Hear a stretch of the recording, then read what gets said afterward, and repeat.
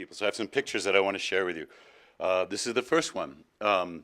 Dale Alexander, University College London, he did an etymological study of the word resilience, traced it all the way back to the 16th century, and associated it with different applications: mechanics, manufacturing, anthropology, child psychology.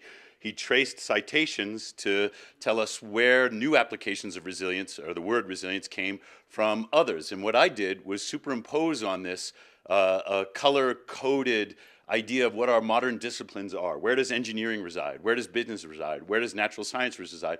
And then this new disaster risk reduction field that has opened up recently. The question for me, and this came up yesterday, is what do all of these uses of the word resilience, what do all of these fields have in common? So that if any one field is learning something about resilience, how will it transfer or inform to other fields? Right now, it's not. As Dave suggested, when we can't collaborate across the silos, we're at the risk of becoming brittle. So what do they have in common? Well, Susie's matrix about the 3 different ways that people think about resilience I thought was terrific, and it reminded me of a paper that Igor and I published like 10 years ago on oil spill response. We were thinking about how do we get at these measures of whether a response is effective or not. It's too late when you're just looking at outcomes. So Susie said, well, we have resources. Some people think of resilience that way. We have processes. Some people think of resilience that way. And we have outcomes. It's the same thing that we did, although we stacked it differently. For oil spills, there are resources we can measure, processes we can measure, and these, what we've called here, endpoints, what Susie called outcomes. And I think this was terrific 10 years ago. I think it's an underrated paper, you know, but it got some attention after the BP disaster. But now I recognize the limitation of it. It's extraordinarily physiocentric. It's highly technical in its orientation. It's measuring these things that exist in the technical systems. And I've since changed my mind about, we didn't use the word resilience in that paper, but I've changed my mind about whether technical systems can really be resilient. Resilient infrastructure systems, for me, require resilient people. This is a shot that showed up in my tweet roll about 4 o'clock this morning. I have a graduate student who's in India right now. His wife was visiting family. This is the Chennai floods. This is real time. She's visiting family. She's trapped in these floods. He's in a different part of India. So there's a lot of interesting things about this photo. The depth of the water kind of gives you some idea. These cars look like they're partially floating. And someone has internet access and power while they're on an upper floor. So not everything has collapsed in these floods, but some systems have collapsed. Well, what we have on the right now is the status quo. If we want to be resilient, then this implies change. Where does change come from? Change, for me, comes from creativity.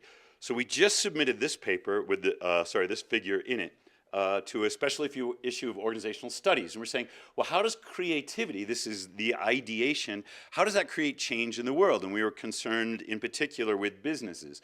So we thought creativity put into practice is innovation, innovation put into profit is a new business.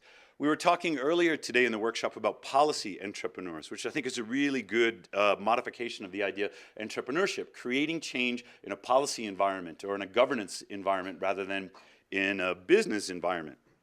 I like that Adam mentioned learning, because we know a lot about learning in the academy, but what we don't know a lot about is knowledge. So I want to emphasize a couple of reactions. I only got 2 more figures. Data is not information, information is not knowledge, and knowledge is not meaning. So in our search for data and for quantification, we operate as scientists very much on the left-hand side, but data doesn't become information until we add context. Information doesn't become knowledge until we add context, and context or knowledge doesn't become meaning until we add context. It's leaders that tell their organizations what things mean, because meaning is entirely socially constructed. So we need leadership, which came up in some of Roger's remarks. We need leaders to tell us what things mean. What does the brand mean? What does the flag mean? What does the logo mean? Or what does the disaster mean? So if our scientists are good here, we're going to need other people who are good on the right-hand side of this figure, again, to put this, this new knowing into action. And I want to focus lastly on knowledge. I said we know a lot about learning, we don't know a lot about knowledge. Knowledge exists in both tacit and explicit forms. The tacit is the experiential. what is it like to go up to the top of the gondola and go snowshoeing and see the view? Kristen showed me a picture.